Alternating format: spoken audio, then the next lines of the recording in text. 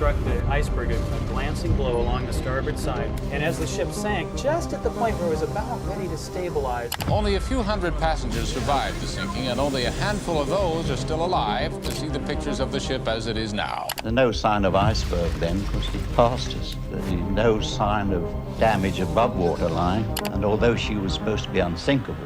More than a century has passed since the RMS Titanic disappeared beneath the freezing waters of the North Atlantic. Yet, the story of that night continues to haunt the world. Built as a symbol of human ambition, luxury, and technological perfection, Titanic was believed by many to be a ship that could conquer the dangers of the ocean. But in the early hours of April 15, 1912, that confidence sank with her, leaving behind one of the greatest maritime mysteries in history. The official story is familiar. At approximately 11:40 p.m. on April 14th, Titanic struck an iceberg, suffered fatal damage, and sank nearly 2 hours and 40 minutes later, taking more than 1,500 lives with her. But beyond the official reports are the memories of those who survived. Stories of strange sounds, a surprisingly gentle collision, confusion, and disbelief as the world's greatest ship began its final descent. Could there have been more behind Titanic's final hours than a single iceberg? Were hidden failures, human decisions, or forgotten events also responsible for the tragedy? In this documentary, we will follow Titanic's final journey, exploring survivor accounts, historical evidence, and the theories that have kept this mystery alive for more than a century. Before we begin uncovering the chilling mysteries of the Titanic, subscribe to Epic Discovery Channel and turn on notifications. Help us reach our first 1,000 subscribers as we reveal the secrets hidden beneath the ocean waves. Because sometimes the greatest mysteries are not created by what we know, but by the questions that remain unanswered. On the morning of April 14, 1912, the RMS Titanic continued her journey across the Atlantic Ocean with complete confidence and elegance. Just a few days earlier, the enormous ocean liner had departed from Southampton, England, beginning what was supposed to be one of the most remarkable voyages in maritime history. On board were some of the wealthiest passengers in the world, including businessmen, industrialists, and members of powerful families, along with thousands of immigrants traveling in third class who carried dreams of starting new lives in America. To everyone watching from the outside, Titanic represented the absolute peak of human progress, a ship that combined engineering, luxury, and technology in a way the world had never seen before. The ship itself was almost impossible to comprehend for the early 20th century. Stretching nearly 883 feet long and weighing more than 46,000 tons, Titanic was not simply an ocean liner. It was a floating symbol of human achievement. Inside were magnificent grand staircases, luxurious dining rooms, electric elevators, a swimming pool, libraries, private suites, and elegant social spaces designed to rival the finest hotels on land. For first-class passengers, the voyage was more than transportation. It was an experience of wealth, comfort, and modern civilization. For the crew members, however, Titanic represented something equally important, a chance to prove that the ship truly deserved its reputation as the greatest vessel ever constructed. But while passengers enjoyed the luxury and excitement surrounding them, another reality was developing outside the ship. The North Atlantic was always unpredictable, especially in April, when large fields of drifting ice created serious dangers for ships crossing the ocean. Throughout April 14th, Titanic's wireless operators began receiving multiple warnings about ice ahead. Several nearby vessels reported dangerous conditions, including large ice fields and floating icebergs along Titanic's planned route. At approximately 9 a.m., the French ship La Provence sent a warning about heavy ice conditions. Later, the steamship Baltic reported large amounts of ice and multiple icebergs in the area. Another warning arrived from the German liner America, again informing ships about dangerous conditions ahead. These messages reached Titanic's bridge. The officers knew the danger existed. The warnings were not ignored because they were unknown. They were part of the information available to the crew responsible for navigation. Yet Titanic continued moving forward through the Atlantic. The ocean appeared calm, visibility seemed acceptable, and Captain Edward Smith, one of the most experienced captains in the White Star Line, trusted his officers, his judgment, and the remarkable design of the ship beneath him. There was no reason, from their perspective, to believe that the largest and most advanced ocean liner in the world was approaching a disaster that would change history forever. As night settled over the North Atlantic on April 14, 1912, Titanic continued moving through one of the darkest and calmest seas imaginable. The temperature continued dropping, the stars shined brightly above the ship, and the ocean stretched endlessly in every direction. At first glance, it appeared to be a peaceful and beautiful night, the kind of night passengers remembered as magical before everything changed. Inside the ship, life continued normally. First-class passengers were finishing their evening dinners, relaxing in luxurious lounges, enjoying conversations, and listening to music.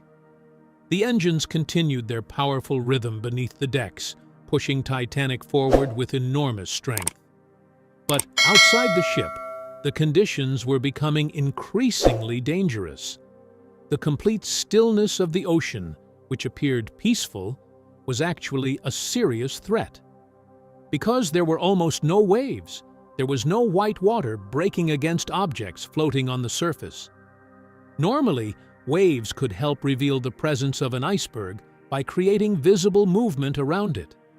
But that night, the ocean was like a giant dark mirror, making it extremely difficult to detect anything ahead, until it was dangerously close. High above the deck, inside the crow's nest, two lookouts stood watching the darkness. Frederick Fleet and Reginald Lee carefully searched the horizon, looking for any obstacle that could threaten the massive vessel moving toward the west. Their job was simple, but incredibly important: detect danger before it was too late. However, they had no idea that within the next few minutes, their actions would become one of the most analyzed moments in maritime history. Below them, the Titanic continued cutting through the silent ocean at high speed. The passengers inside remained unaware of what was waiting ahead. The crew believed they were guiding the world's most advanced ship safely toward New York. But hidden in the darkness was an object that would soon transform this peaceful night into one of the greatest tragedies ever recorded. At approximately 11:40 p.m., the silence of the Atlantic night was suddenly broken. From the crow's nest, lookout Frederick Fleet noticed something unusual directly ahead of the Titanic. At first, it appeared only as a dark shape against the black horizon, something difficult to identify in the darkness. But as the ship moved closer, the shape became clearer. It was rising from the water. It was getting larger, much larger. Fleet immediately understood the danger. He struck the warning bell 3 times, the emergency signal indicating an object directly ahead. Then he quickly reached for the telephone connecting the crow's nest to the bridge below. The call was answered by 6th Officer James Moody, who immediately asked what he could see.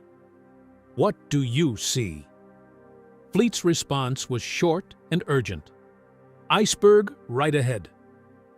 The message reached the bridge instantly. First Officer William Murdoch, who was in command at that moment, reacted immediately. He understood that Titanic was heading directly toward an enormous obstacle, and that there were only seconds to make a decision. The order was given: hard a starboard.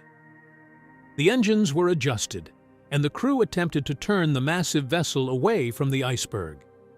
For a brief moment, it seemed possible that Titanic might avoid disaster. The bow began turning away from the ice, proving that the officers had reacted quickly. But Titanic was not a small ship that could change direction instantly. She was nearly 9 football fields long, weighing tens of thousands of tons and moving through the water with tremendous momentum. The bow managed to avoid a direct collision, but the side of the ship continued moving toward the iceberg.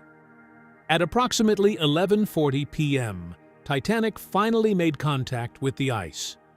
The iceberg scraped along the starboard side of the ship beneath the waterline, creating a series of openings that allowed seawater to begin entering the vessel. It was not the massive explosion that many people later imagined. Instead, it was a quiet beginning to a disaster that would unfold slowly over the next few hours. The greatest ship ever built had suffered damage, and the world's most famous maritime tragedy had begun. One of the most mysterious details about Titanic's collision was the way many passengers experienced it.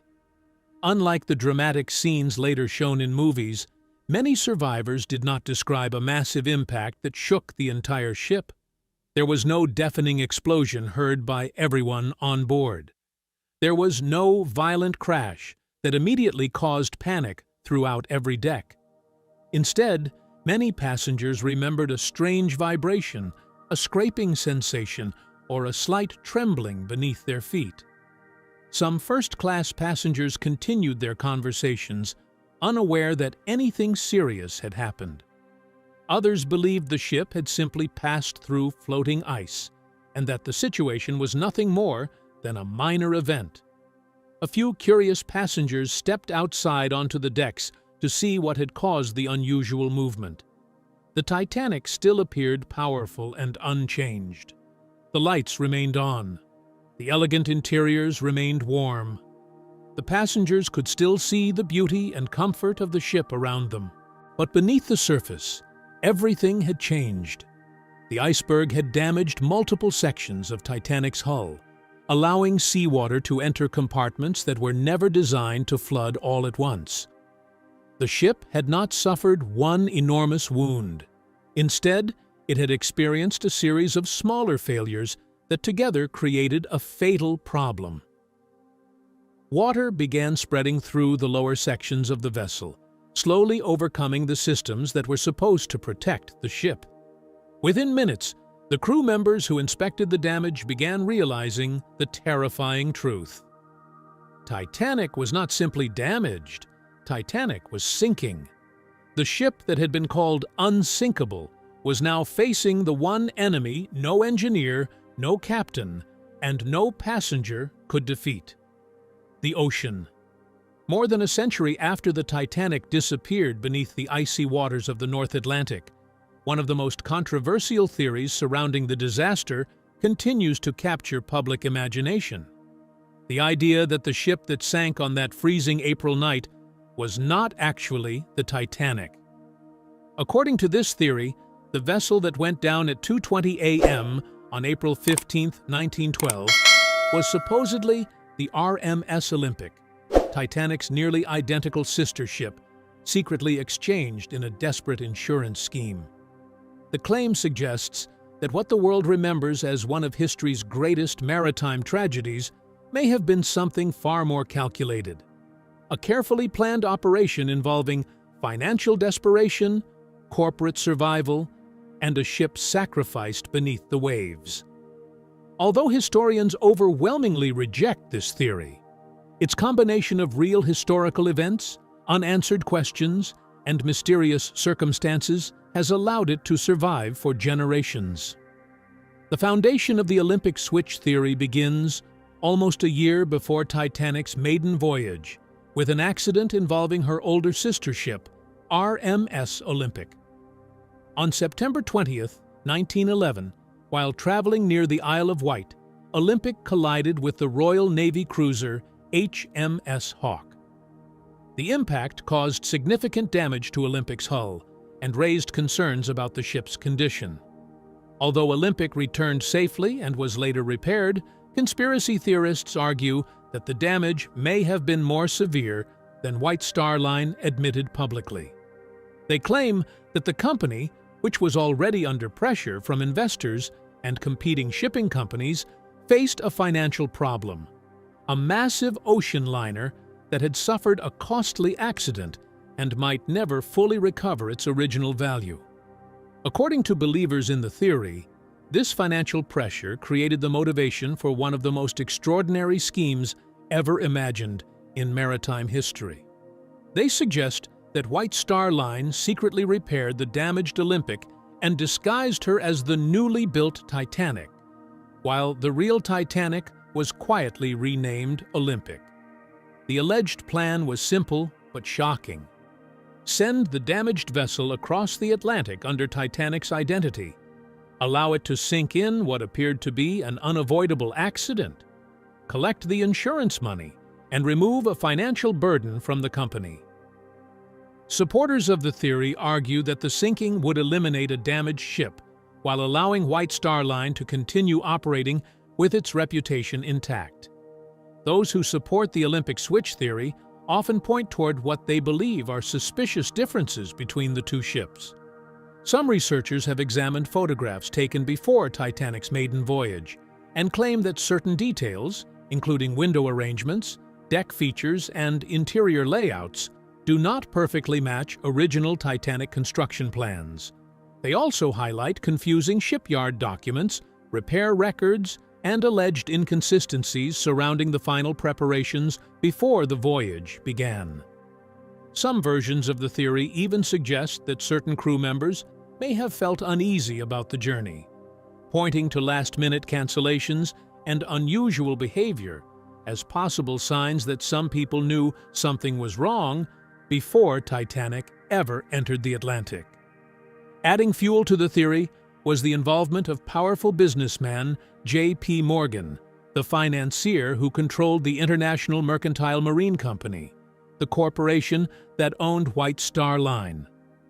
Morgan had originally planned to travel aboard Titanic's maiden voyage and had reserved one of the ship's most luxurious suites. However, shortly before departure, he canceled his trip, officially citing health reasons. Conspiracy theorists later questioned why one of the most powerful men connected to Titanic would suddenly abandon the voyage at the last moment. To believers, his absence appears suspicious, while historians argue that wealthy individuals frequently changed travel plans and that there is no evidence connecting Morgan to any plot. Despite its popularity, maritime historians have strongly rejected the idea that Titanic and Olympic were secretly switched. Researchers such as Gareth Russell and Kent Layton have argued that the operation would have been nearly impossible to complete without detection.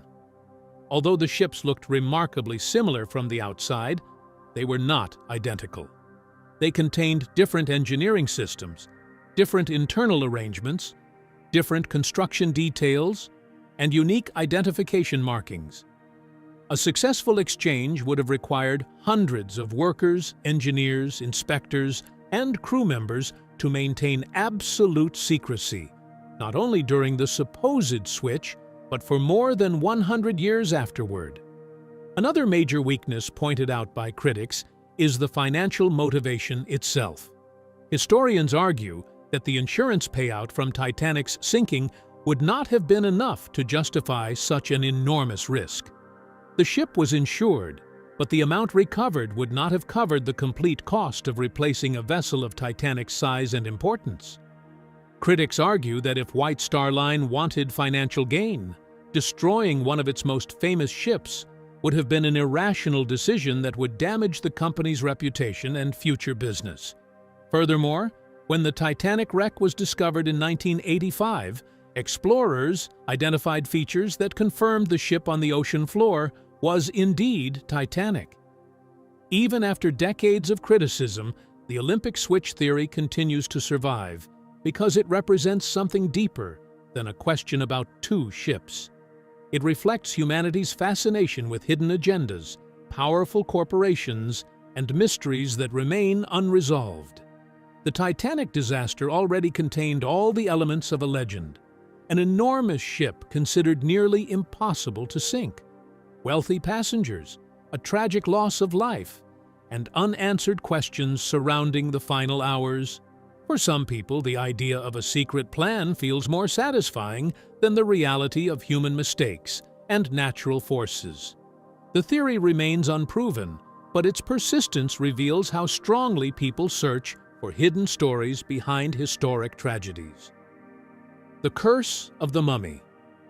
While the Titanic switch theory focuses on money and deception, another legend surrounding the disaster takes a completely different direction, away from corporations and toward ancient mysteries. Among the passengers aboard Titanic was William Thomas Stead, a respected British journalist, newspaper editor, and social reformer known for his interest in spiritualism and supernatural stories. As Titanic departed Southampton on April 10, 1912, beginning her first and final voyage across the Atlantic, Stead carried with him something far more unusual than ordinary luggage: a story about an ancient Egyptian artifact believed by some to carry a deadly curse. During the voyage, Stead reportedly entertained fellow first-class passengers with stories of a mysterious Egyptian relic connected to death and misfortune. According to the legend, the object was the coffin lid of an ancient Egyptian priestess, an artifact supposedly linked to strange events and disasters involving those who came near it. As Titanic moved through the calm Atlantic waters, surrounded by luxury and confidence, passengers treated the tale as nothing more than fascinating dinner conversation. No one could have imagined that only days later, the same story would become connected forever with one of the deadliest maritime disasters in history.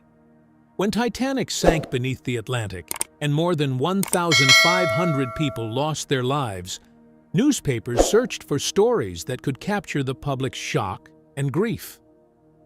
Soon, William Stead's tale of the Egyptian artifact became connected to the tragedy. Reports suggested that a cursed object had traveled aboard the ship and that Titanic's destruction was somehow linked to ancient forces. For a world struggling to understand such a devastating loss, the idea of a curse offered something emotionally powerful. It transformed a terrible accident into a story of destiny, punishment, and mysterious forces beyond human control. 001845, the reality behind the curse. However, historical evidence tells a very different story. The supposed cursed artifact was never aboard Titanic. Museum records show that the object remained in London during 1912, far away from the ship's final voyage. There was no hidden sarcophagus in Titanic's cargo hold, and no ancient relic traveling among first-class passengers. Even the artifact itself was misunderstood over time. It was not an actual mummy, but a funerary object that became surrounded by supernatural rumors through decades of storytelling, folklore, and public fascination with ancient Egypt. The reason the mummy legend endured may reveal something about how humans process tragedy. The real explanation behind Titanic's sinking involved engineering limitations, human decisions, safety failures, and the unpredictable power of nature.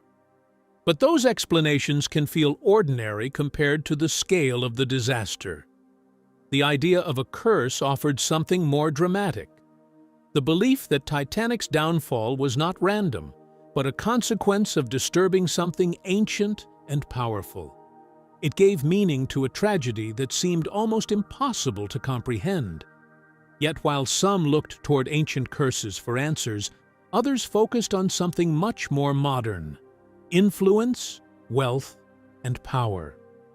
The Titanic disaster occurred during an era when financial empires were rising, industries were transforming, and a small group of powerful individuals controlled enormous portions of the global economy. Among the names connected to Titanic's story, none would attract more speculation than one of the most influential businessmen of the 20th century. He did not carry an ancient artifact. he carried something far more powerful: influence. His name was J.P. Morgan. 002300. J.P. Morgan and the Federal Reserve Conspiracy. When the Titanic disappeared beneath the North Atlantic in the early morning hours of April 15, 1912, the world saw it as one of the greatest maritime disasters in history.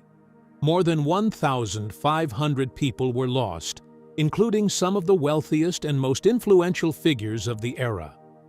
But decades later, a different story began to emerge. One not about ice, engineering failures, or human mistakes, but about power, money, and influence. According to one of the most controversial conspiracy theories surrounding Titanic, the sinking was not simply a tragic accident. Instead, some believe it was an intentional event designed to remove powerful opponents and clear the path for one of the most important financial institutions in modern history, the United States Federal Reserve. 002430, the man behind the theory, J.P. Morgan. At the center of this theory stood one of the most powerful businessmen of the early 20th century, John Pierpont Morgan. By 1912, Morgan had built an enormous financial empire that stretched across banking, railroads, steel, electricity, and shipping. His influence over American industry was so significant that newspapers often portrayed him as a man who could move markets and reshape entire industries with a single decision. His control over the nation's economic systems earned him the famous nickname, the Napoleon of Wall Street. But his connection to Titanic made him even more interesting to conspiracy theorists, because Morgan was not simply a wealthy passenger, he was deeply connected to the company behind the ship itself. 002600. Morgan's connection to Titanic. J.P. Morgan controlled the International Mercantile Marine Company, the corporation that owned the White Star Line, the company responsible for building and operating Titanic. As the world's most luxurious passenger ship prepared for her historic maiden voyage, Morgan was expected to be one of the most important people aboard.